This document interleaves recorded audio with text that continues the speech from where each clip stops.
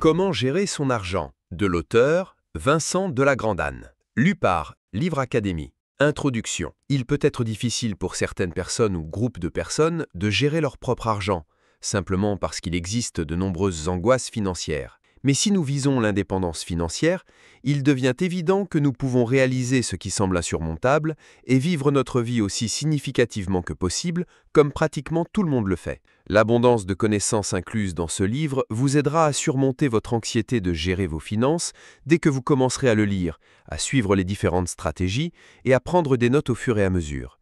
Il vous suffit de mettre en pratique ce que vous avez appris pour expérimenter des améliorations positives, ce que fait la majorité des gens. Si vous prenez le temps de lire ce livre du début à la fin, vous disposerez d'une multitude d'options qui pourraient s'appliquer à votre situation. Vous seul avez le dernier mot. En conséquence, vous devez choisir votre plan d'action et le mener à bien. Si la gestion de vos finances est votre priorité absolue, si elle dépasse vos capacités, ou si vous voulez vous assurer que votre argent est toujours au meilleur endroit possible, alors ce livre est pour vous. Il vous donne tous les outils dont vous avez besoin pour commencer à penser différemment à l'argent et à faire des plans pour l'avenir à chaque achat que vous faites. La plupart des individus ignorent le rôle crucial que joue une bonne gestion de l'argent dans leur vie.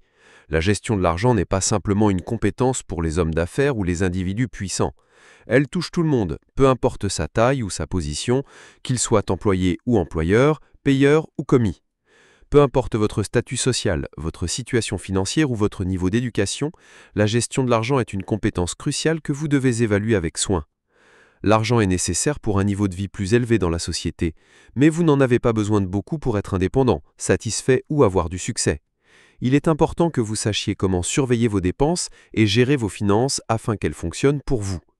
Pour de nombreuses personnes, la gestion des dettes peut être une source de stress et d'anxiété, car il peut être difficile de savoir par où commencer. Vous apprendrez tous les détails sur la façon de rembourser vos dettes à partir de ce livre, vous permettant de vous en libérer. Enfin, vous découvrirez comment commencer à investir et faire travailler votre argent pour vous, plutôt que contre vous, en utilisant les idées d'investissement décrites dans ce livre. De nombreux principes et leçons cruciaux vous seront présentés, dont vous devriez tenir compte si vous souhaitez atteindre vos objectifs financiers le plus rapidement possible. Préparez-vous à acquérir de nouvelles connaissances. Chapitre numéro 1. Money Mindset. Lorsqu'il s'agit de nos finances, le terme Money Mindset s'est établi. Il s'agit de notre attitude intérieure vis-à-vis de l'argent, c'est-à-dire de ce que nous pensons et croyons à propos des finances, de la manière dont nous les voyons et de ce que nous ressentons à ce propos.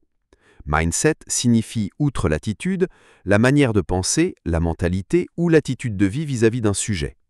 Cela englobe une multitude d'affirmations intérieures qui décrivent par exemple notre rapport à l'argent ou notre situation financière.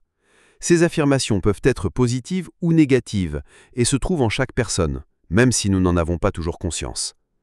Celui qui se penche sur le thème du Money Mindset tombe rapidement sur une toute série de promesses. Un compte en banque plein, une réussite privée et professionnelle, plus de richesse et de bonheur dans la vie. Ce n'est pas évidemment aussi simple que cela. Mais s'intéresser à ses propres affirmations est définitivement le premier pas vers une meilleure conscience de l'argent et une gestion plus attentive de ses propres finances. En effet, on a encore tendance à les négliger, surtout chez les jeunes. Le sujet est considéré comme ennuyeux et compliqué, alors qu'une bonne éducation financière est extrêmement importante dès le plus jeune âge pour pouvoir subvenir à ses besoins et assurer son avenir. Bien que traité comme un sujet tabou et peu souvent exprimé ouvertement, chacun a intériorisé une certaine attitude vis-à-vis de l'argent et des finances qui façonne sa propre réalité plus que nous ne le réalisons. Le thème de l'argent est entouré de nombreux mythes, truismes et croyances. On ne parle pas d'argent, l'argent corrompt le caractère, l'argent n'a pas d'odeur, les meilleures choses de la vie sont gratuites, l'argent attire l'argent, l'argent ne peut pas acheter le bonheur, le temps c'est de l'argent, celui qui a l'argent a le pouvoir, il y a plus de bonheur à donner qu'à recevoir, avoir vient de tenir, ou encore l'argent gouverne le monde. L'abondance des proverbes montre à elle seule l'importance du sujet. La plupart du temps, nous intériorisons dès l'enfance une certaine attitude vis-à-vis de l'argent, à savoir celle qui prévaut chez nos personnes de référence les plus proches. Nous apprenons alors la meilleure façon d'aborder les questions financières, de « celui qui n'honore pas le sou ne vaut pas l'écu » à « il faut aussi savoir se faire plaisir de temps en temps ».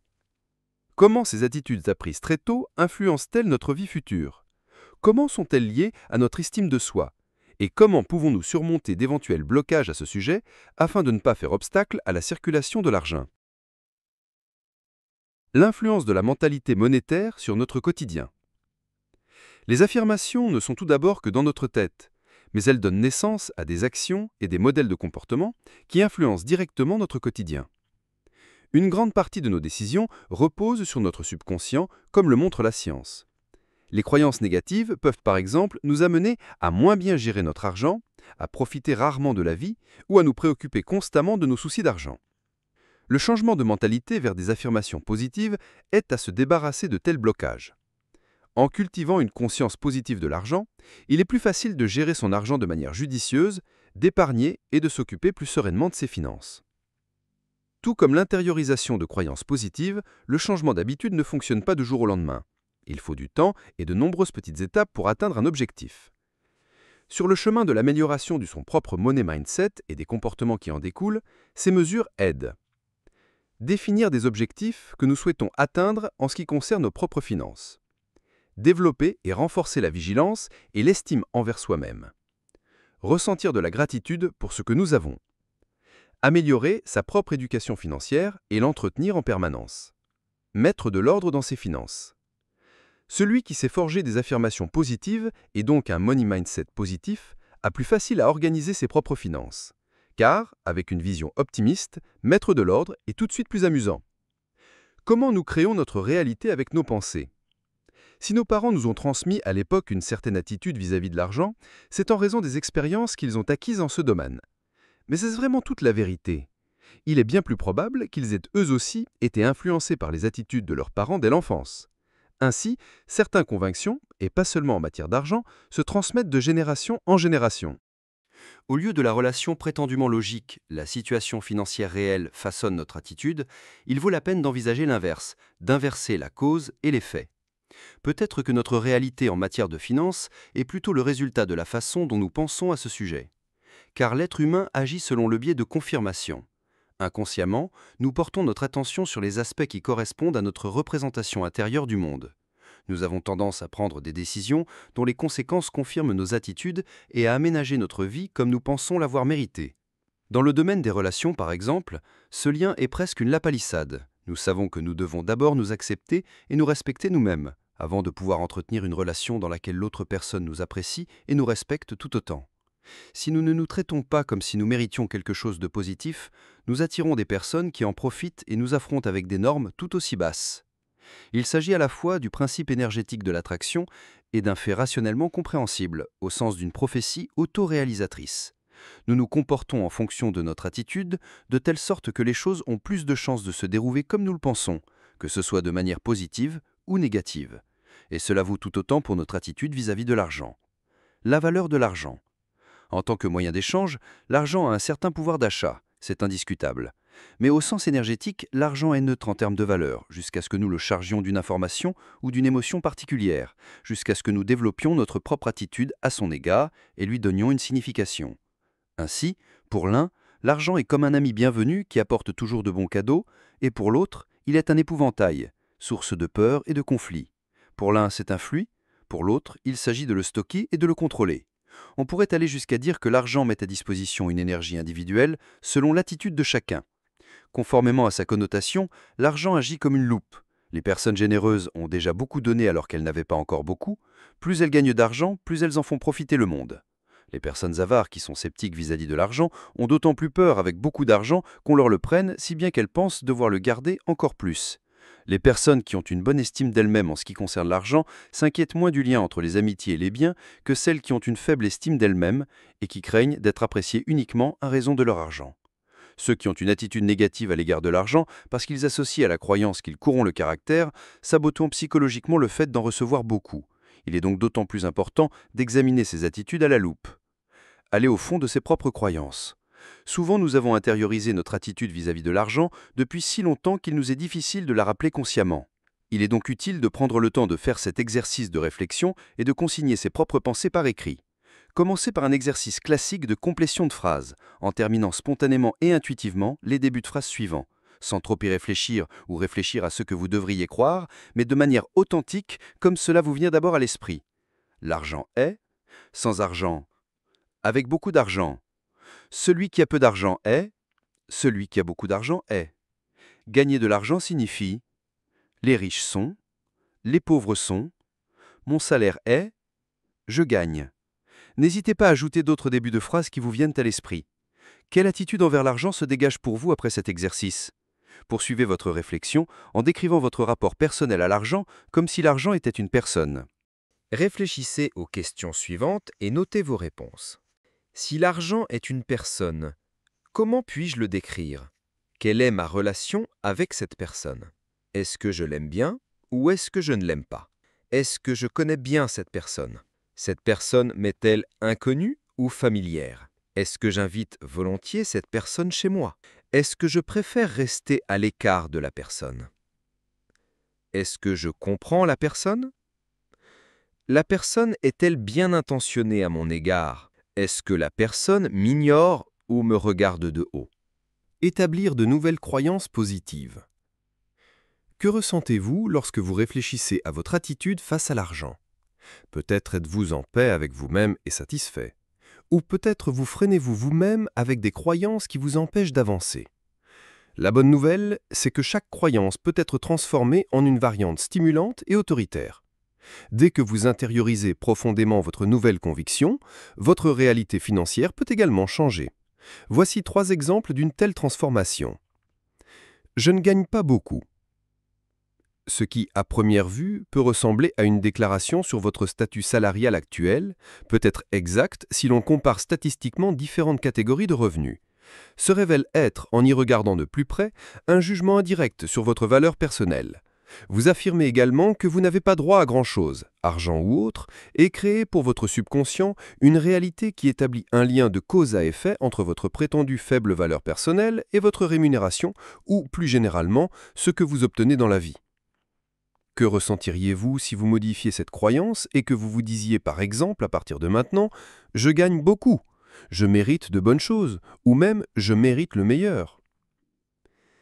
Si vous ressentez un léger malaise face à ces croyances positives, cela est peut-être lié à d'autres croyances intériorisées, par exemple qu'il faut toujours être modeste, se retenir et ne pas trop exiger.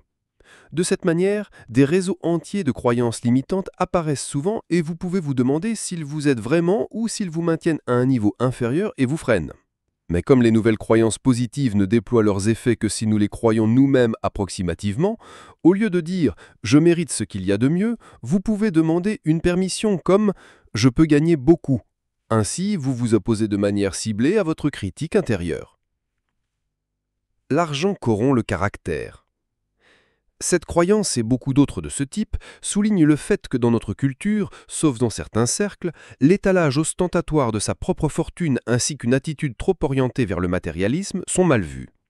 Alors que certains utilisent l'expression « l'argent gâte le caractère » comme mécanisme de défense contre leur propre jalousie inconsciente à l'égard de personnes plus riches, ce que l'on ne peut pas avoir soi-même, il faut le dévaloriser, d'autres l'associent tout simplement à l'image stéréotypée d'une personne égocentrique et gâtée qui n'en a jamais assez et qui ne partage peut-être même pas sa richesse avec les autres. Pourtant, des études menées sur des personnes ayant gagné une somme importante à la loterie montrent qu'après une brève envolée, leur niveau de bonheur personnel se stabilise à celui qu'ils avaient déjà avant cette soudaine manne financière. Les personnes les plus heureuses à long terme étaient celles qui continuaient à travailler et à mener une vie globalement identique à celle qu'elles menaient auparavant. Il n'est donc pas automatique que l'argent, en abondance, ait des conséquences négatives sur le sentiment de bonheur ou le comportement social. C'est plutôt le caractère déjà formé d'une personne qui détermine la manière dont elle gère ses ressources financières. Vous pouvez donc tout simplement supprimer la croyance « l'argent gâte le caractère » sans la remplacer.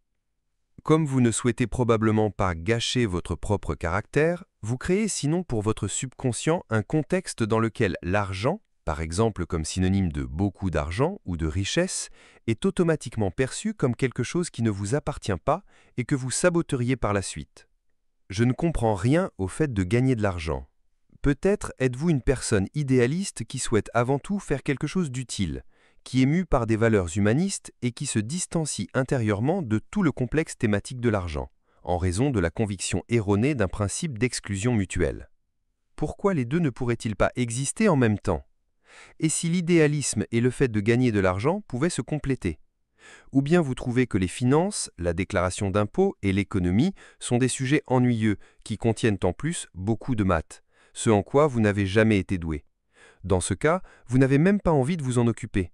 Même si l'argent en soi n'est pas une grande source de motivation pour vous et que vous préférez vous occuper de toute autre chose, vous créez également une certaine réalité avec cette attitude.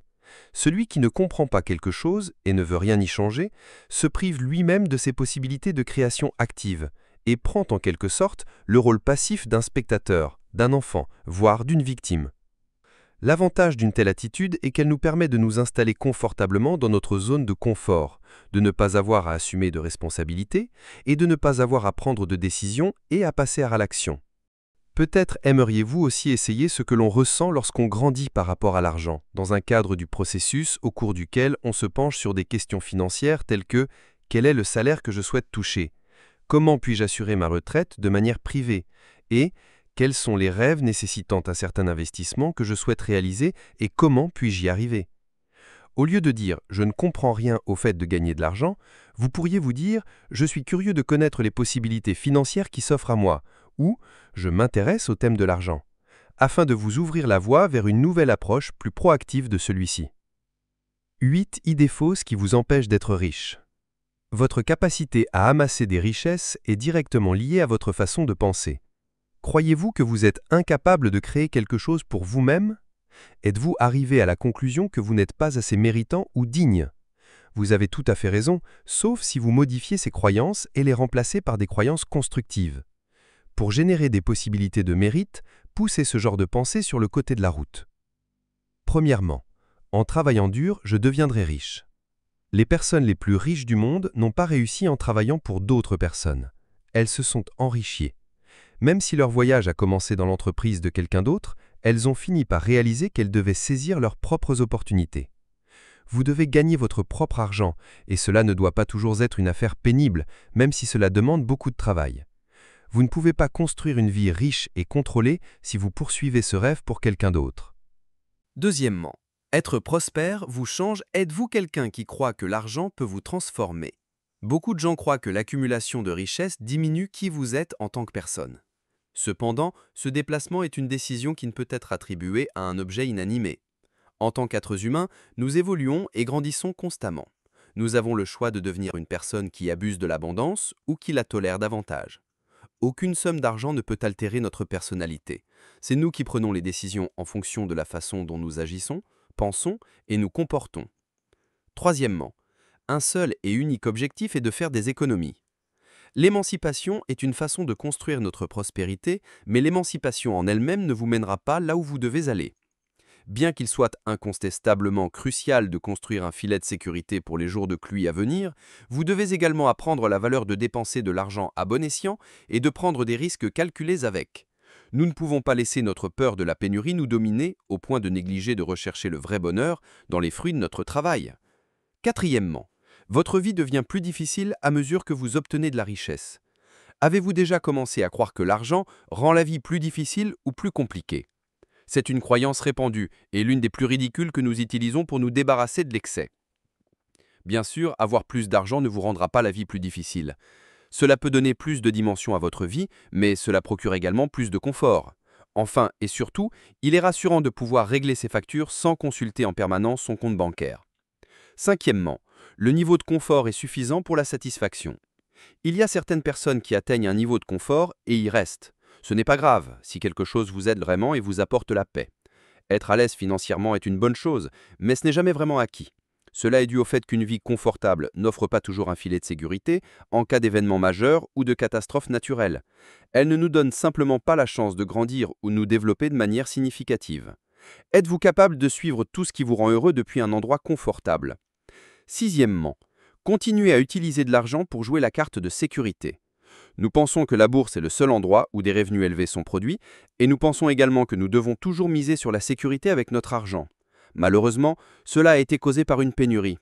Les personnes les plus riches de la planète utilisent leur richesse pour acquérir encore plus de richesses. Cela ne se produit pas simplement en achetant quelques biens immobiliers. Parfois, il faut prendre des risques calculés avec son argent afin d'obtenir de gros rendements. C'est un équilibre délicat. Septièmement, les richesses sont liées au mérite. Nous nous sommes habitués à accepter l'idée complètement absurde que les riches obtiennent un avantage sur nous. Cela est dû en grande partie à nos ancêtres protestants, qui nous ont inculqué la croyance que ceux qui avaient gagné la richesse matérielle l'obtiendraient du ciel. Mais dans la pratique, les choses ne fonctionnent pas ainsi. Nous ne sommes pas devenus riches simplement parce que nous le méritions. Nous méritons tous d'être riches. La richesse que nous nous créons lorsque nous agissons provient de nos actions. Huitièmement, je ne suis pas assez brillant pour être riche. Vous avez probablement déjà dit « je ne suis pas assez intelligent pour être riche » ou quelque chose de similaire. Il y a une idée fausse selon laquelle seuls ceux qui ont des compétences exceptionnelles peuvent être des concurrents de haut niveau et avoir un grand succès. Mais c'est tout simplement faux. Nous avons tous des compétences et des capacités uniques que quelqu'un apprécierait grandement. L'intellect franchit rarement la ligne d'équilibre. En fait, on pourrait se demander si l'intelligence émotionnelle joue un plus grand rôle. Changer ses croyances et promouvoir l'intégrité. Vous devez une fois de plus répudier toutes vos croyances erronées liées à la richesse.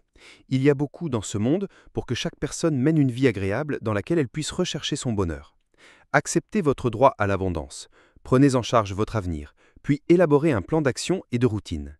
Vous pourrez progressivement créer de nouvelles opportunités. Considérez que vous méritez l'abondance. Chaque personne sur notre planète mérite d'avoir accès aux ressources dont elle a besoin pour s'épanouir et trouver le vrai bonheur. Nous sommes profondément troublés par les récits superficiels de nos sociétés occidentales qui nous enseignent que seuls ceux qui ont les plus hauts niveaux de qualification et de compétences sont capables de mener une vie indépendante. Ce n'est tout simplement pas vrai. Nous sommes actuellement dans une ère millionnaire de l'e-sport. Tout le monde profite de l'abondance et il y a plusieurs opportunités de gagner. Vous méritez d'obtenir la qualité que vous désirez. Si l'abondance matérielle vous rend plus heureux, alors vous la méritez. Il y a suffisamment de place dans ce monde pour errer et vous êtes plus qu'assez bon pour faire partie de la communauté que vous choisissez. Considérez-vous comme méritant l'abondance. Croyez que vous n'êtes pas seulement capable d'atteindre la prospérité, mais que vous êtes aussi quelqu'un qui en vaut la peine. Il vous sera difficile de vous libérer des cycles qui vous maintiennent dépendant des systèmes et d'autres personnes qui ne veilleront jamais sur vous tant que vous ne solidifierez pas cette façon de penser. Une fois que vous réaliserez ce que vous méritez, vous cesserez de vous contenter d'une vie qui ne vous a jamais été destinée. Décidez de prendre en main son avenir. Si vous voulez vraiment construire une vie épanouissante, vous devez à un moment donné décider de prendre le contrôle de votre avenir. Vous ne pouvez pas consacrer votre vie entière à rendre quelqu'un d'autre heureux en attendant que vos propres besoins soient satisfaits. Nous seuls sommes responsables de prendre soin de nous. Feraient-ils tout ce qui est en leur pouvoir pour s'assurer que vous et votre famille êtes en sécurité jusqu'à ce que la prochaine opportunité d'emploi se présente si l'entreprise pour laquelle vous travaillez demain fermait? Si vous voulez cette sécurité, vous devez la fournir vous-même.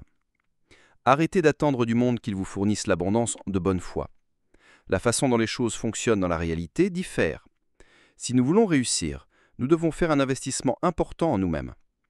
Pour grandir, il faut s'efforcer. Nous devons avoir foi en notre capacité à acquérir des connaissances, à effectuer des virages et à nous déplacer avec l'énergie de n'importe quel marché ou lieu dans lequel nous résidons. Vous avez déjà tout ce dont vous avez besoin pour assembler. Vous possédez déjà toutes les compétences et capacités mentales requises pour devenir ce juge supérieur. Ce grand succès, cependant, vous devez reconnaître la nature de ce succès et décider de la manière dont vous réagirez. Seule une activité spécifique et ciblée peut amener ce genre de vie. Chaque jour, nous devons travailler à nous améliorer ainsi que l'entreprise et les idées que nous voulons poursuivre. Réécrivez vos plans en plus d'une routine. Les êtres humains sont, à la base, des êtres simples. Nous devons apprendre à contrôler beaucoup de nos émotions et nous voulons des choses prévisibles, parce que nous les associons à la sécurité. C'est pourquoi une routine peut être tout aussi efficace qu'une étape précoce dans la construction d'une vie financièrement réussie. Elle nous réconforte, nous rassure et nous permet de nous concentrer sur les domaines les plus importants de notre vie. L'habitude peut également nous aider à organiser nos vies et nos objectifs de manière plus efficace. Établissez des habitudes qui vous aideront à avancer dans la vie et à travailler beaucoup plus efficacement. Parce que nous sommes des êtres humains et donc des animaux de routine prévisible, les routines cohérentes nous effraient. Elles peuvent vous rendre heureux, mais peuvent également libérer de l'espace dans votre cerveau afin que vous puissiez vous concentrer sur d'autres tâches. Minimisez la quantité de pensée que vous devez consacrer à la vie quotidienne. Mettez en place des routines pour votre famille, votre travail et votre école. Les routines peuvent vous aider à nettoyer l'eau gâchée et à décider dans quelle direction vous devez vous déplacer en premier s'il y a des tâches ou des objectifs à accomplir. Commencez par votre routine matinale et n'ayez pas peur de faire des ajustements si nécessaire. Soyez compréhensif avec vous-même si vous hésitez. Développez un plus grand sens de l'autodiscipline. Vous devez apprendre à contrôler votre sens de l'autodiscipline si vous voulez performer à un niveau élevé. Le dynamisme interne et la maîtrise de soi dont vous faites l'expérience sont des manifestations de cette autodiscipline. Elle vous permet de prioriser vos tâches et de rattraper le temps perdu.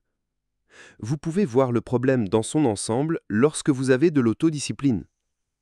Vous comprenez que faire un sacrifice maintenant vous donnera plus de temps pour vous amuser par la suite. Vous êtes conscient que les choses précieuses nécessitent des efforts. Apprenez le métier de l'autodiscipline. Concentrez-vous sur ce que vous attendez de la vie, puis efforcez-vous de le réaliser en créant un plan d'action. Divisez le travail en tâches plus petites et plus gérables ou en morceaux que vous pouvez attaquer par vous-même. Réduisez les distractions lorsque vous travaillez. Peut-être vous sentez-vous inspiré à reconsidérer votre attitude vis-à-vis de l'argent, ou peut-être les recommandations se sont-elles heurtées à une résistance intérieure chez vous. Chaque réaction, intense, vous fournit des informations sur les valeurs qui vous guident, sur ce que vous considérez comme bon et sur ce que vous rejetez, et peut-être aussi sur ce que vous ne vous accordez pas et que vous refoulez donc de votre conscience. Il est en tout cas normal de changer d'avis sur le sujet souvent tabou de l'argent et de dissoudre certaines croyances négatives qui y sont liées. N'hésitez pas à essayer et à observer ce que cela vous apporte. Chapitre numéro 2. Les finances personnelles. Peu importe que l'on soit déjà à la retraite ou encore étudiant, les conseils suivants concernant les finances personnelles devraient être pris à cœur par tous ceux qui souhaitent faire des économies, sans exception. Se constituer une épargne de secours.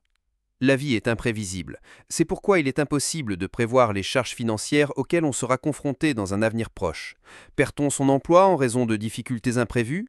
L'ordinateur tombe-t-il en panne et doit-il être réparé ou même remplacé? Le matelas doit-il être changé? Si l'inattendu se produit, il faut être prêt. C'est pourquoi il convient d'épargner de manière à être en mesure de vivre quelque temps sur ses réserves. Toutefois, si la stratégie de prévoyance ne fonctionne pas et qu'une situation d'urgence financière se présente, il existe aujourd'hui des crédits en ligne particulièrement avantageux et rapides à des conditions attrayantes. Les circonstances varient bien entendu d'une personne à l'autre. C'est pourquoi il faut également faire une distinction. En tant que fonctionnaire, il n'est pas forcément nécessaire de mettre de côté plus de 3 mois de salaire, car l'argent arrive de manière fiable même en cas de maladie. En revanche, le travailleur indépendant devrait plutôt se constituer un fonds de secours plus important, d'environ 6 mois de salaire, afin de pouvoir faire face aux problèmes financiers. Où dois-je placer mes réserves ? Il est recommandé d'ouvrir un compte d'épargne ou un compte à vue séparé pour les économies, afin de résister à la tentation de ne pas les dépenser sans raison valable. L'avantage d'un tel compte est que l'argent reste rapidement disponible. L'épargne du fonds d'urgence devrait avoir la priorité sur toutes les autres intentions financières et devrait également être évaluée régulièrement afin de pouvoir procéder à des ajustements. Par exemple, une personne qui possède peu d'appareils coûteux n'a pas autant de réserves qu'une personne qui possède plusieurs objets coûteux et vieillissants qui devront bientôt être remplacés ou réparés. À titre indicatif, il est conseillé de mettre de côté environ 10% de son revenu mensuel net. Avoir une vue d'ensemble de ses finances et établir un budget. Ce point est relativement facile à réaliser, car de nombreuses banques disposent aujourd'hui d'une fonction qui permet de lister les dépenses pour soi. Cela vous permet de voir où va l'argent et de savoir si ces dépenses en valent la peine. Est-ce que vous sortez trop et dépensez des sommes qui n'ont pas lieu d'être? Est-il nécessaire de commander un repas tous les 2 jours ou de se procurer un café hors prix? Achetez-vous éventuellement des choses que vous n'utilisez ensuite pas ou peu? Avez-vous trop d'abonnements que vous utilisez à peine? La conséquence de tout cela est que vous devez apprendre à établir un budget afin de maîtriser et d'adapter de telles dépenses. Les tableaux Excel classiques que vous créez vous-même ou les applications spécialisées dans les finances sont d'une grande aide pour établir un budget. Vous trouverez des exemples et des modèles de budget un peu partout sur Internet. Payez les factures et les mensualités à temps. Il faut absolument automatiser ce processus. Si vous devez payer des factures récurrentes comme le loyer, Internet ou électricité, il est recommandé de passer des ordres permanents. Ainsi, vous ne devez y penser chaque mois et vous évitez à la fois l'accumulation de dettes et de frais inutiles et la détérioration de votre code de crédit. Les factures ponctuelles doivent être bien entendu payées immédiatement afin d'éviter les pénalités de retard et autres frais similaires. Investissez l'argent qui reste. S'il vous reste encore un peu d'argent après les fonds d'urgence et votre subsistance, vous devriez l'investir. Cela n'a guère de sens de laisser cet argent sur votre compte, alors que vous pouvez plutôt le faire travailler pour vous en achetant des actions ou des ETF. En effet, bien que le rapport sur l'assurance pension de 2019 informe que les pensions augmenteront de 36,5% d'ici 2033, vous devez absolument vous occuper en plus de votre prévoyance vieillesse. Mais avant d'entreprendre cette démarche, lisez le sujet ou demandez conseil à quelqu'un qui a déjà de l'expérience. Faites le tri et achetez d'occasion. Si vous possédez des objets dont vous n'avez pas besoin, vous pouvez les vendre sur des places de marché en ligne. Pour les économes, c'est également une excellente idée d'acheter des objets d'occasion, car ils sont souvent bien moins chers. En contrepartie, vous devez dans la plupart des cas accepter une perte minimale de qualité, qui est souvent de nature optique. Vous économiserez ainsi de l'argent lors de l'achat de votre nouvelle table, voiture ou vélo. Avant tout nouvel achat important, vérifiez en ligne s'il n'est pas possible de trouver moins cher. L'achat et la vente d'objets d'occasion sont en outre plus durables et donc plus respectueux de l'environnement. Bien sûr, on a parfois envie d'une grande fête d'anniversaire, de vacances aux Caraïbes ou d'une voiture de rêve. Mais c'est précisément pour cela qu'il faut commencer tôt à réfléchir plus consciemment à ses propres dépenses. Cela permet non seulement d'éviter les soucis financiers à long terme, mais présente également un autre avantage évident. Des finances bien ordonnées et le renoncement à des choses inutiles peuvent, avec une discipline appropriée, conduire à la réalisation d'un souhait de longue date. Chapitre numéro 3. Les intérêts composés. Les intérêts composés décrivent les intérêts que les investisseurs perçoivent sur les intérêts. Si les intérêts sont immédiatement réinvestis ou thésaurisés, l'effet des intérêts composés se produit. Le capital investi croît plus rapidement, car les intérêts versés sont immédiatement rémunérés. L'intérêt composé est un moyen simple de constituer un patrimoine. En raison de sa simplicité, il est souvent sous-estimé. En règle générale, vous devriez pourtant absolument utiliser l'effet des intérêts composés pour faire fructifier votre argent. Le principe est simple, vous recevez des intérêts sur le capital investi qui sont crédités au placement. Si les intérêts ne sont pas dépensés et restent dans le placement, ils sont rémunérés avec le capital initial au cours de la période d'intérêt suivante. Ainsi, le capital à rémunérer augmente de plus en plus. Vous recevez en conséquence plus de revenus d'intérêt que lors de la période d'intérêt précédente. Le capital augmente donc de plus en plus rapidement. Facteurs influençant les intérêts composés. Fréquence. La fréquence de la capitalisation, c'est-à-dire le nombre de paiements d'intérêts par an, a une incidence sur les intérêts composés. Les intérêts sont souvent capitalisés annuellement, semestriellement, trimestriellement ou mensuellement, mais ils peuvent aussi être capitalisés diariennement ou voire en continu. En règle générale, plus les cycles d'intérêts composés sont nombreux, plus la valeur future de votre argent est importante. Taux d'intérêt. Les taux d'intérêt peuvent avoir une influence considérable. Des taux d'intérêt plus élevés contribuent davantage à un placement qu'un taux d'intérêt plus faible. Temps. Les intérêts composés ont un impact plus important sur les placements dont la durée est plus longue que sur ceux dont la durée est plus courte. Comment calculer les intérêts composés ? Si vous essayez de comprendre comment calculer les intérêts composés, c'est relativement simple. Les intérêts composés sont calculés à l'aide de la formule suivante. A est égal à P, ouvrez la parenthèse, 1 plus R sur N, fermez la parenthèse, NT. Dans la formule, A est la valeur future, P est le capital, R est le taux d'intérêt, N est la fréquence de la capitalisation et T est le temps en années. Supposons que vous déposiez 1 000 € sur un compte d'épargne à la banque et que vous l'y laissiez pendant 20 ans. Votre banque vous verse un taux d'intérêt de 5% et les intérêts sont actualisés chaque année. Sans rien faire d'autre, vous aurez 2 653 € dans 20 ans. L'intérêt composé dans le cadre d'un placement fonctionne de manière similaire. Supposons que vous investissiez 1 000 € dans un ETF qui a hypothétiquement un rendement annuel de 9%. Après la première année, votre investissement atteindrait 1 090 €. Alors qu'un gain de 90 € ne semble pas être beaucoup, le temps passé sur le marché peut augmenter considérablement votre investissement. Après 30 ans, ce même investissement atteindrait 13 267,68 €. Cela représente une augmentation de 12 267,68 € par rapport à votre placement initial de 1 000 €. Les avantages des intérêts composés. La promesse d'une croissance exponentielle de leur argent est le principal avantage des intérêts composés pour les débiteurs. Lorsque des intérêts sont ajoutés à un compte, le compte commence immédiatement à générer des intérêts, ce qui augmente le taux de croissance du compte. Cela est vrai pour toutes les catégories d'instruments d'emprunt, comme les comptes d'épargne, les fonds du marché monétaire et les certificats de dépôt. Les intérêts non remboursables, ajoutés au montant principal du prêt, génèrent des intérêts supplémentaires, ce qui augmente le montant dû et bénéficie au prêteur. À moins qu'un dépôt de gage ne soit touché, chacun de ces dépôts est supérieur à celui qui le précède et finira par dépasser le montant du dépôt de gage. Un compte similaire peut augmenter de manière significative très rapidement.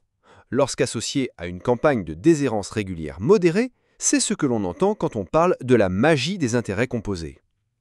Lorsque de l'argent est prêté ou déposé, le montant, appelé principe, génère des paiements d'intérêt, qui sont essentiellement le coût d'utiliser de l'argent. Les taux d'intérêt sont simples lorsqu'ils ne sont pas ajoutés au montant principal et composés lorsqu'ils le sont. Ils sont généralement exprimés en pourcentage qui a été payé sur une période de temps spécifique après avoir été calculé en pourcentage du montant principal. Chapitre numéro 4. La gestion budgétaire. Dans la précipitation du quotidien, on repousse sans cesse l'établissement d'un budget familial. Et on est alors surpris lorsque de grosses factures d'assurance ménage ou de frais arrivent à la maison.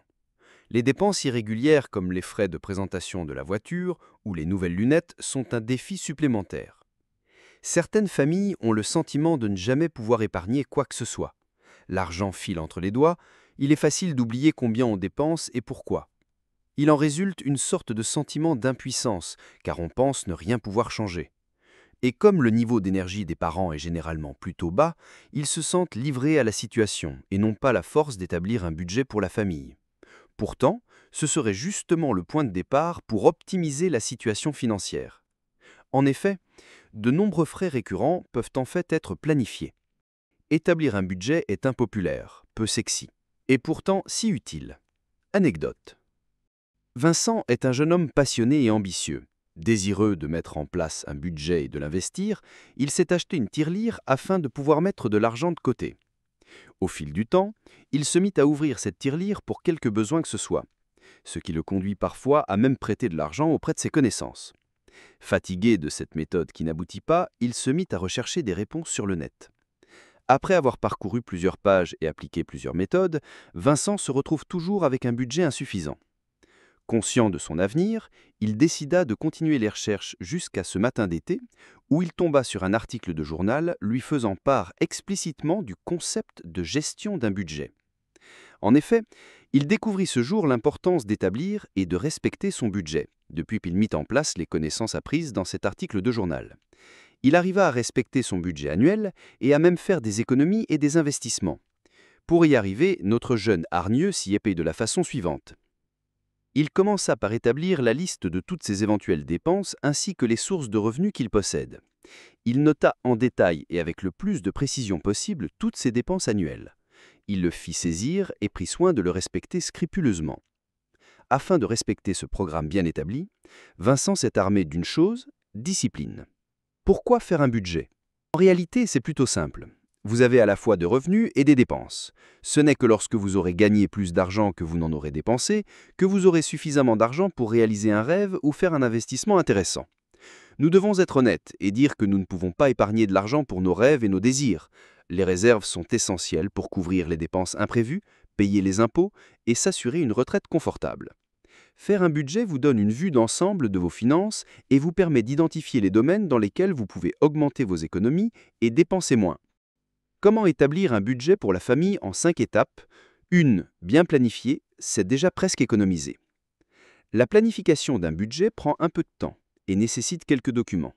Certains points peuvent donner lieu à des discussions entre les parents car il s'agit de définir des priorités. En outre, il vaut la peine d'examiner le potentiel d'économie de certains postes budgétaires. Il est donc préférable de réserver un après-midi ou une soirée pour pouvoir se consacrer tranquillement au sujet, sans cris d'enfant et interruption parce que quelqu'un est en train d'essayer d'embellir le chat avec de la pâte à modeler. Si les documents et informations nécessaires sont à portée de main, un budget peut être élaboré en 2 ou 3 heures. Attendre le bon moment ne sert à rien. En principe, un budget peut être établi à tout moment. Il est judicieux de se réunir avant le début d'un nouveau mois ou d'une nouvelle année, pour ensuite commencer le premier du mois ou au début de l'année. 2. Attention, prêt. La manière la plus efficace d'établir un budget est de se baser sur les événements passés. C'est pourquoi il est judicieux de mettre à jour au préalable tous les documents bancaires et d'assurance, d'étudier les anciennes déclarations d'impôts et d'observer pendant au moins 4 semaines les frais qui seront engagés.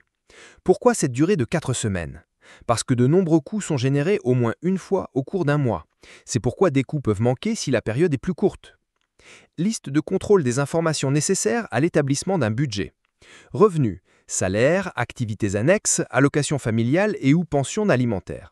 Logement, frais de location, frais de logement en cas de propriété, frais annexes tels que l'électricité, le mazout, l'eau, le ramonage, l'élimination des déchets ou autres. Soutien, garde d'enfants, aide ménagère. Frais de ménage, alimentation, hygiène à niveau domestique. Abonnement, téléphonie, y compris les téléphones portables. Internet, TV, streaming, médias. Assurance, caisse maladie, responsabilité civile, protection juridique, etc. Frais de santé, dentiste, opticien, thérapie, y compris vétérinaire. Impôts, prévoyance vieillesse, mobilité, voiture, entretien, essence, taxes, parking, leasing, tickets de transport public, vélo, cyclomoteur, etc. Formation, frais de scolarité, formation initiale et continue, matériel d'apprentissage, voyage scolaire ou autre. Électronique, ordinateur, téléphone portable, tablette. Loisirs, vacances, excursions, cotisations à des associations, hobbies. Dépenses personnelles, vêtements, soins, argent de poche, cadeaux, dons. Réserve, fonds d'urgence, imprévus. Épargne, dette. 3. C'est parti. Voici comment établir facilement le budget familial. Un budget s'étend généralement sur un mois et comprend les frais qui ne sont pas occasionnés chaque mois au prorata. Établir un budget signifie mettre en relation les recettes et les dépenses. Il faut donc un stylo et du papier ou Excel. Les recettes sont le point de départ. Viennent ensuite toutes les dépenses. Plus elles sont budgétisées avec précision, plus il sera facile de respecter le budget par la suite. C'est pourquoi il vaut la peine d'observer les dépenses au préalable pendant un certain temps. Dans l'idéal, on dispose d'informations qui remontent à plus d'un an, car les impôts et de nombreuses assurances, par exemple, ne sont dus que chaque année.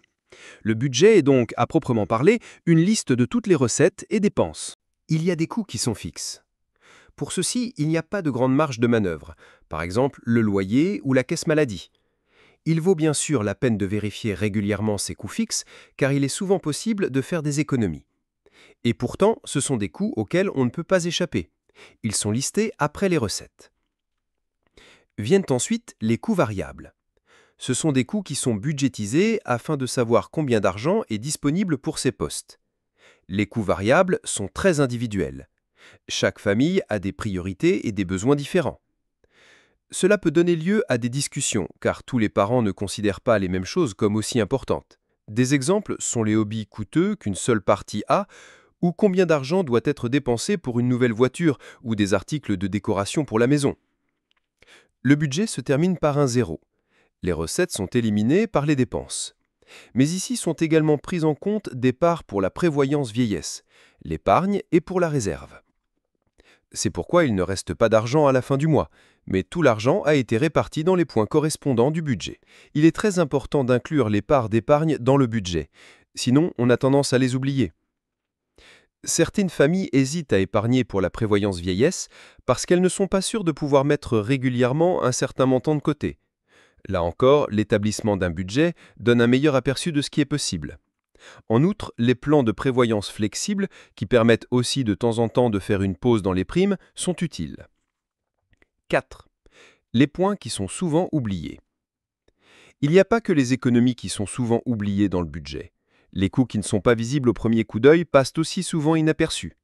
En font partie des points tels que constituer des provisions pour la franchise, se constituer un pécule de 36, réserve pour les frais imprévus, ou encore le fait que les familles sont particulièrement exposées au risque de perte de salaire.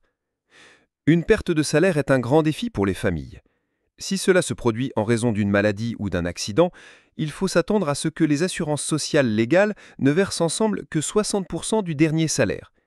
Pour de nombreuses familles, cela ne suffit tout simplement pas. C'est pourquoi il vaut la peine de couvrir le risque d'incapacité de travail par une assurance. 5.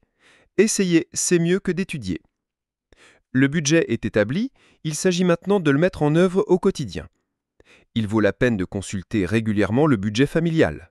D'une part parce que cela aide à maîtriser les coûts, et d'autre part parce que cela permet de détecter rapidement les erreurs. Les postes oubliés sont immédiatement ajustés. Le budget familial devrait être comparé au moins une fois par mois avec les coûts effectifs. Avec le temps, le respect d'un budget devient une habitude et les chiffres sont assimilés. Ensuite, il est tout de même recommandé de se réunir une fois par an pour vérifier le total des coûts et, éventuellement, adapter le budget pour l'année suivante. Enfin, les besoins des enfants évoluent constamment. École de musique, football, puis plutôt hockey sur glace, un enfant a soudain besoin d'un soutien scolaire. Le début ou la fin de l'année scolaire est un moment idéal pour cela. Les erreurs budgétaires que font les gens. Se fixer un budget n'implique pas de se priver de ses envies.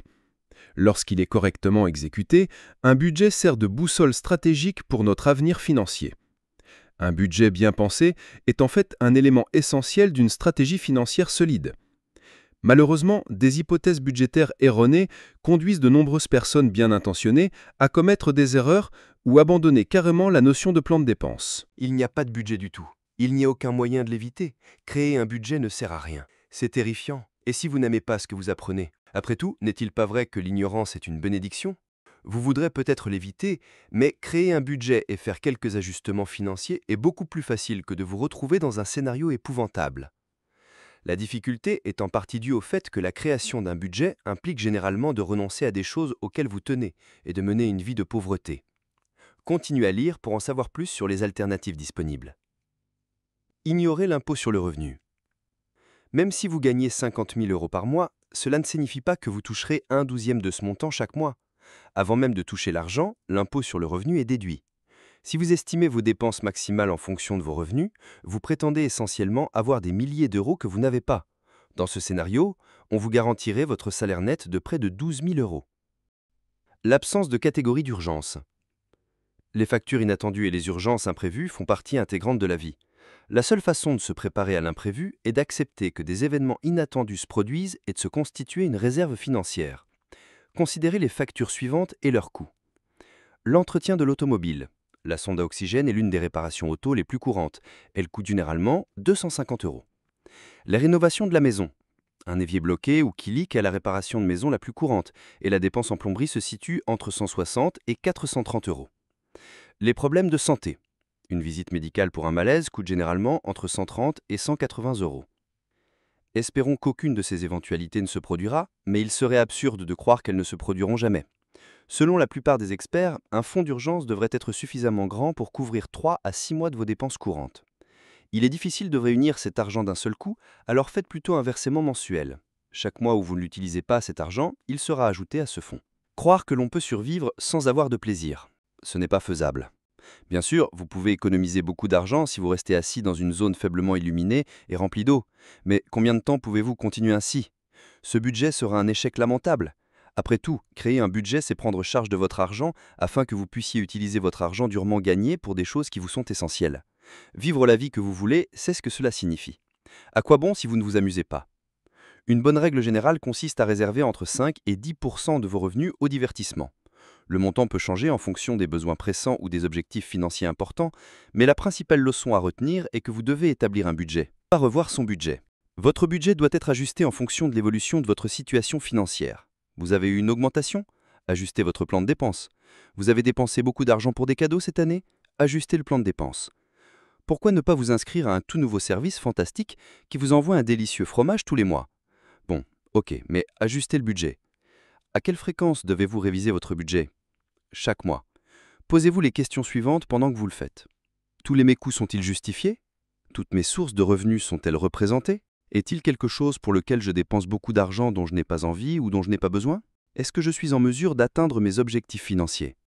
Est-ce que je rembourse les bonnes dettes? Ne pas négocier. Essayez de négocier vos dépenses ou de chercher une meilleure avant de résilier votre abonnement. Est-il possible de refinancer l'un de vos prêts? Les banques et les coopératives de crédit se battent toujours sur les taux. Donc si vous avez fait un achat important, comme un véhicule ou une maison lorsque votre crédit n'était pas idéal, vous devriez chercher un nouveau taux. Avez-vous déjà souscrit à un service à un prix réduit pour que le prix augmente un an plus tard? Oui, les entreprises dépensent beaucoup d'argent pour essayer de recruter de nouveaux clients et si vous menacez de changer de fournisseur, elles essaieront généralement de négocier un meilleur tarif ou de rétablir votre offre de lancement. Vous pouvez le faire vous-même ou louer une application pour le faire à votre place. Mettre trop l'accent sur l'épargne. Chaque budget comporte deux parties. Ce pourquoi vous dépensez de l'argent et ce qui vous rapporte de l'argent. Qu'est-ce qui est le plus difficile? Trouver un moyen d'augmenter les revenus de 100 € par mois ou réduire les dépenses de 100 € supplémentaires par mois. Faire des suppositions éclairées. Imaginez que vous vérifiez le solde de votre compte bancaire et que vous voyez sur le reçu, vous avez environ 1 000 €. Environ, ce n'est pas suffisant. Vous voulez savoir combien d'argent vous avez en main. C'est ce que j'aimerais voir si les banques autorisaient plus de 2 décimales. Lorsqu'il s'agit d'établir un budget, il nous arrive de faire des estimations approximatives. Habituellement, ma facture d'électricité est d'environ ceci, ou je dépense environ ceci en repas. Ces estimations peuvent être inexactes, et les différences peuvent représenter des centaines d'euros de plus que les coûts prévus. Ainsi, une crise budgétaire a été évitée. Ignorez les dépenses semi-régulières. Quel est le pourcentage de services d'abonnement qui ne vous facture qu'une fois par an? Il est facile de se souvenir de tout ce qui vous est facturé chaque mois lorsque vous établissez votre budget, mais il est beaucoup plus difficile de se souvenir de ces dépenses moins fréquentes. Tout cela s'additionne. Lorsque vous établissez votre budget, tenez compte des services suivants. L'hébergement d'un site web, services de diffusion en continu, frais de scolarité ou cours en ligne, paiement d'assurance, cotisation de retraite, dons à des œuvres de bienfaisance, cotisation trimestrielle, cotisation à un syndicat ou frais d'adhésion à un groupe, cadeaux et fêtes. Divisez ces coûts par 12 et prenez l'engagement mensuel d'économiser une partie de ce montant. Par exemple, le coût de mon abonnement mensuel est de 100 €, donc j'économise 8,33 € chaque mois en prévision de cette dépense plus importante. Comment respecter votre budget? Il existe plusieurs stratégies pour respecter votre budget mensuel. Cependant, il est difficile de suivre des tonnes, donc nous avons réduit le nombre de stratégies à 8. Soyez sincère. Êtes-vous déjà fixé un objectif que vous saviez voué à l'échec? Lorsque vous n'avez pratiquement pas de temps libre, c'est comme déclarer que vous allez lire 10 romans par mois, ou vous engager à courir 10 km tous les jours pendant le reste de l'année alors que vous n'avez jamais fait 1 mètre de jogging. Il faut se dépasser pour réussir, mais il faut aussi être réaliste. On peut dire la même chose de votre budget.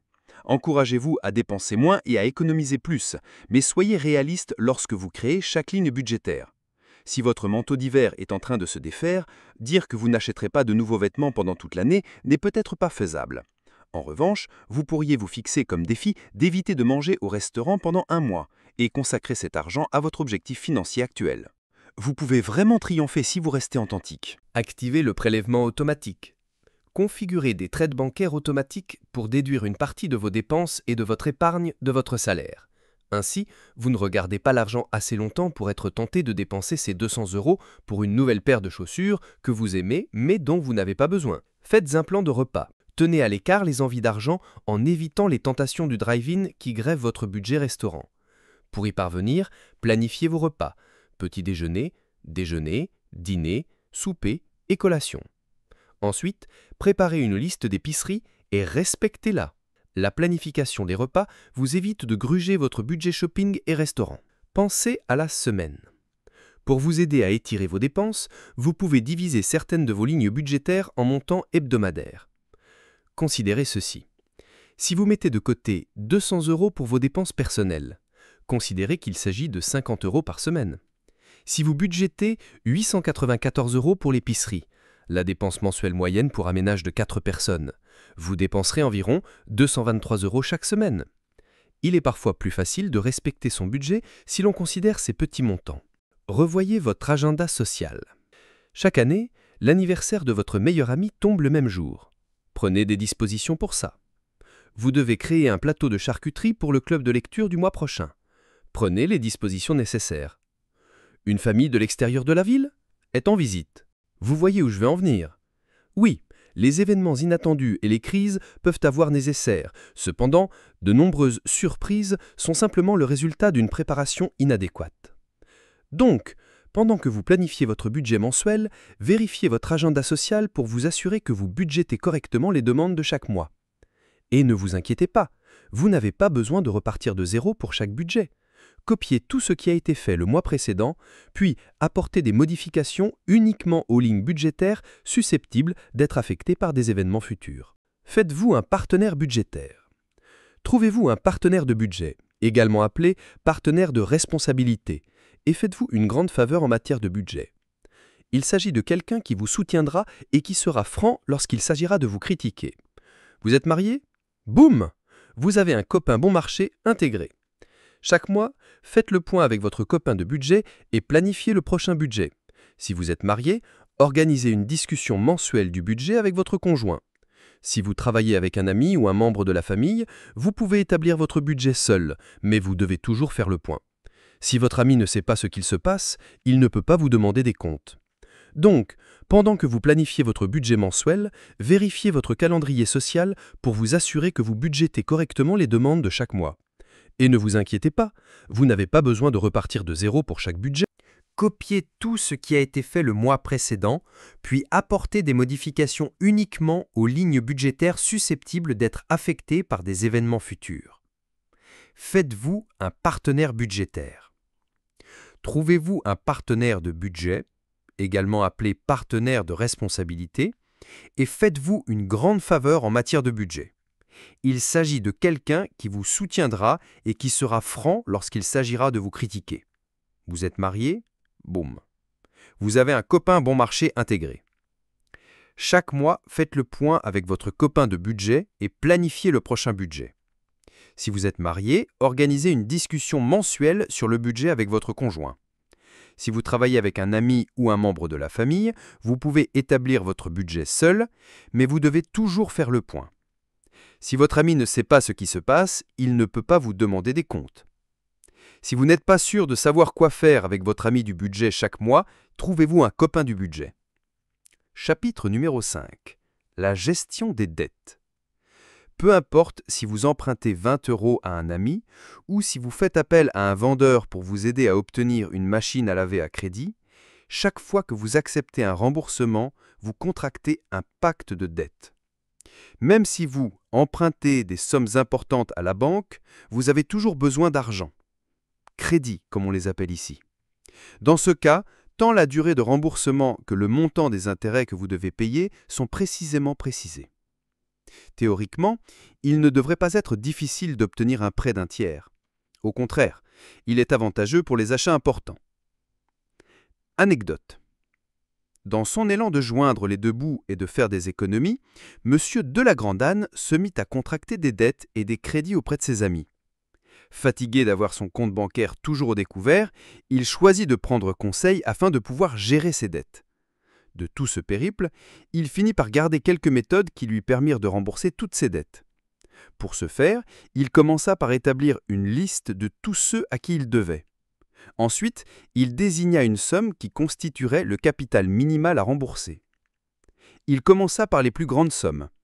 Auprès de certains créanciers, il prit la décision de demander une réduction du taux d'intérêt, ce qui lui permit de réduire le délai de remboursement dans le cas où la proposition fut acceptée. Afin de poursuivre dans cette lancée, il eut comme conseil d'arrêter d'utiliser les cartes de crédit. En effet, avec une carte de crédit en main, on a l'achat facile.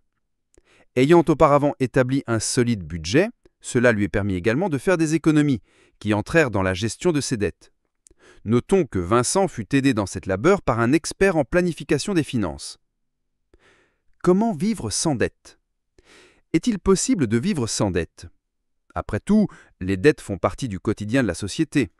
Peu importe où vous vivez ou si vous avez votre propre logement, votre propriétaire ou votre prêteur vous avancera des paiements. Toutes ces tâches sont régies par un contrat et font partie de la vie quotidienne. Si nous voulons vivre sans dette, nous devons d'abord nous assurer que nous avons suffisamment d'argent pour subvenir à nos besoins quotidiens. Les dépenses excessives sont un risque si elles se poursuivent pendant une période prolongée. Nous voulons tous empêcher que cette situation ne se produise. La meilleure façon d'éviter d'être pris au dépourvu est d'évaluer vos options financières. Nous avons dressé une liste de 5 conseils pour vous aider. En effet, vous ne pourrez vivre sans dette que si vous êtes parfaitement au clair avec votre propre situation. Tenir un livre de compte pour surveiller les recettes et les dépenses. Il est conseillé de tenir un livre de compte en entrée. Cela peut sembler compliqué, mais grâce aux modèles informatiques et aux logiciels modernes, ce n'est plus aussi difficile qu'auparavant.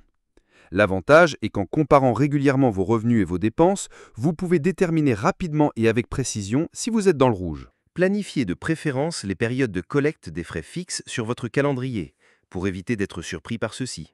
Vérifiez les contrats et les affiliations. Vérifiez si vos contrats, affiliations et abonnements sont à jour. De temps en temps, vous y découvrirez des choses dont vous n'avez plus besoin ou dont vous ne voulez plus du tout. En particulier, les frais mensuels associés aux contrats de voiture ou de téléphone portable peuvent se transformer en véritables pièges à dette. Faire le choix d'accepter un plus petit volume de données ou de réduire l'assurance auto pour les véhicules plus anciens peut vous permettre de réduire les coûts réguliers. Dans cette situation, il vaut également la peine d'examiner plusieurs fournisseurs, afin d'identifier de meilleures options qui facilitent la vie sans dette. Calculer les coûts d'abonnement annuels et imaginer ce que l'on pourrait acheter avec l'argent est parfois utile. Profitez d'offres pour des produits plus chers et payez en espèces. Envisagez de commencer par jeter un coup d'œil à vos dépenses générales. Vous pouvez en fait économiser de l'argent en réduisant vos dépenses quotidiennes pour la nourriture et l'entretien ménager. Il vaut la peine de rechercher les prix des articles liés à la drogue en particulier et de réserver les achats au moment où il y a une bonne offre. La comparaison régulière des prix et l'utilisation fréquente des offres promotionnelles vous rapporteront plus d'argent pour vous adonner parfois à votre plaisir. Les applications avec des listes de courses ou des catalogues en ligne avec des offres spéciales peuvent être tout aussi utiles que les listes de courses traditionnelles. N'utilisez que des devises liquides dans la mesure du possible. En conséquence, vous êtes réellement conscient de l'argent que vous dépensez. Si vous utilisez une carte de crédit ou effectuez des achats en ligne, votre perspective globale se perdra plus rapidement. Évitez les petits crédits et comparez impérativement les conditions de crédit. Ne contractez pas de crédit pour régler d'autres dettes. Sinon, vous tomberez facilement dans la spirale de l'endettement dont vous aurez du mal à sortir seul. De nombreuses institutions financières attirent les clients avec des offres lucratives, en particulier pour de faibles montants de crédit, que l'on peut rapidement avoir sur son compte. À court terme, les crédits peuvent certes apporter un soulagement et donner le sentiment de vivre sans dette. Mais comme ils sont souvent financés par des intérêts élevés, vous ne faites qu'aggraver votre situation financière. Si vous décidez de contracter un crédit, comparez les conditions. La banque habituelle n'est pas toujours le meilleur choix. Utilisez les calculateurs de crédit sur les sites web des banques et des caisses d'épargne. Saisissez différentes combinaisons de montants et de remboursements afin de pouvoir comparer les offres de crédit. Cherchez le dialogue avec les créanciers.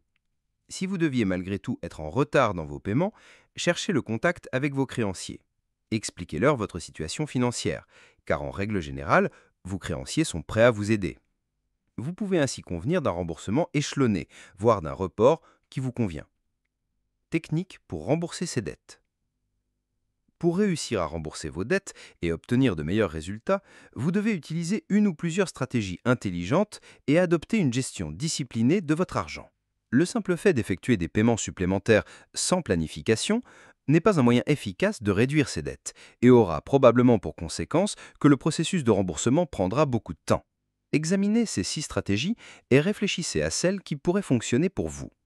Négocier des taux d'intérêt plus avantageux. C'est un moyen simple de rendre le processus de remboursement de la dette moins douloureux, à condition que vous en soyez capable.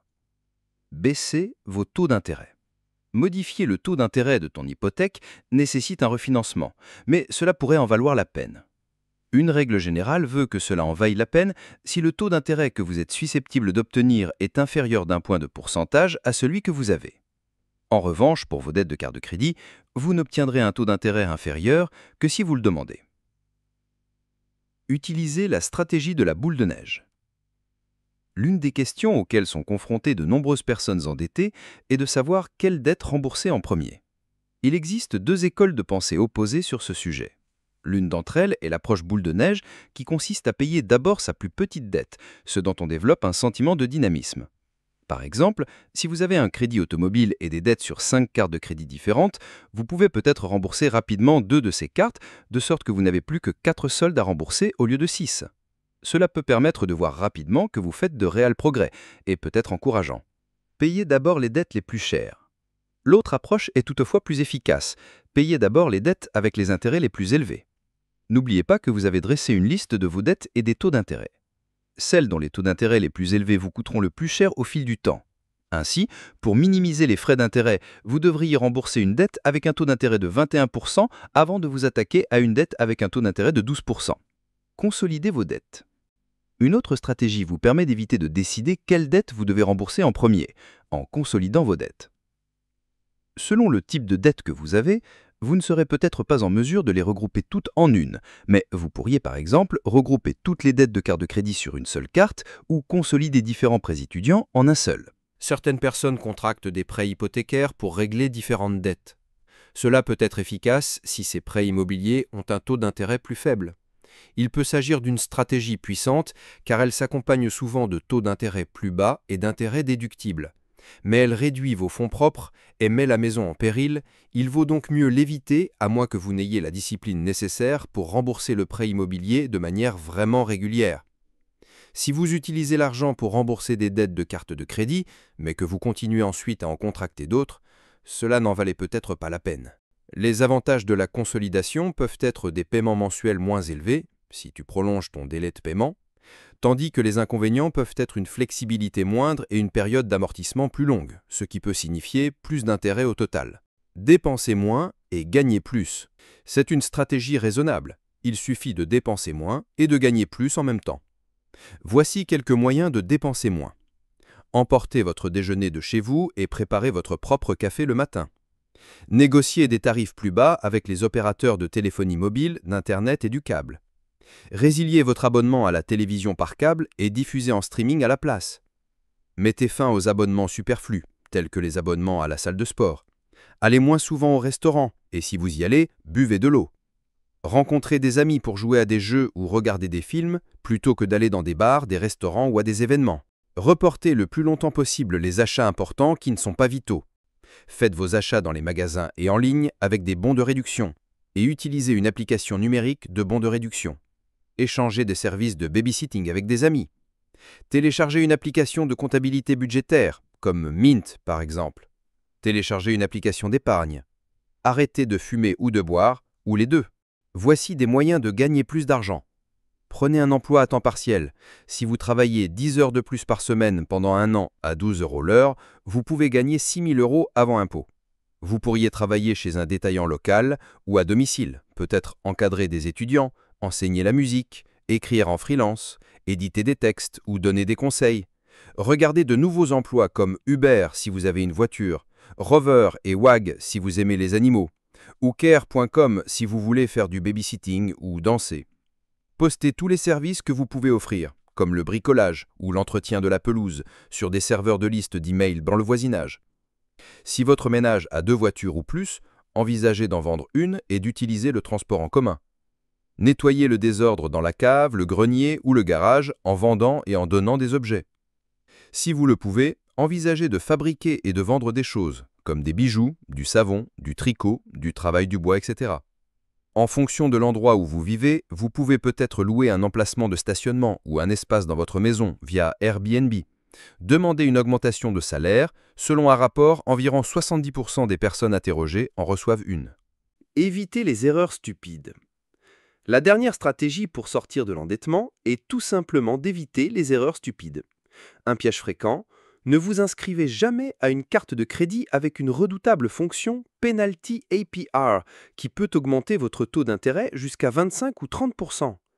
Un autre obstacle sur lequel beaucoup trébuchent est l'idée qu'ils vont progresser dans le remboursement de leurs dettes en effectuant leur paiement minimum. Oui, cela minimise les inconvénients et semblera plus facile que d'autres stratégies.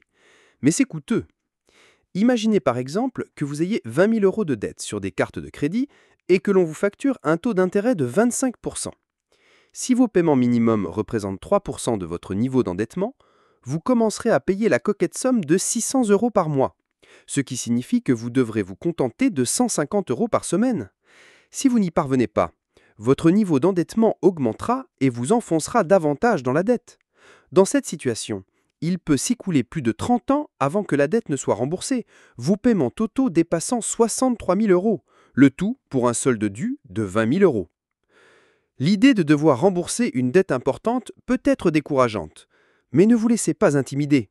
Vous pouvez définitivement y arriver et dans quelques années, vous respirerez plus facilement et dormirez mieux en voyant votre épargne retraite augmenter.